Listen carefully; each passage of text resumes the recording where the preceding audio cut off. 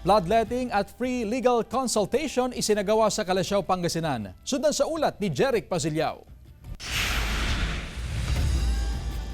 Ilan sa mga aktibidad sa selebrasyon ng Puto Festival sa Calasiao, Pangasinan ang bloodletting at free legal consultation na ginanap sa sports complex. Katuwang ang Region 1 Medical Center, nakiisa ang mga pribadong mamamayan at mga empleyado ng pamahalaan sa aktibidad upang matugunan ang pangangailangan sa supply ng dugo. Tulad ni Randre na first time mag-donate ng dugo. Para maging healthy, uulitin pa rin po.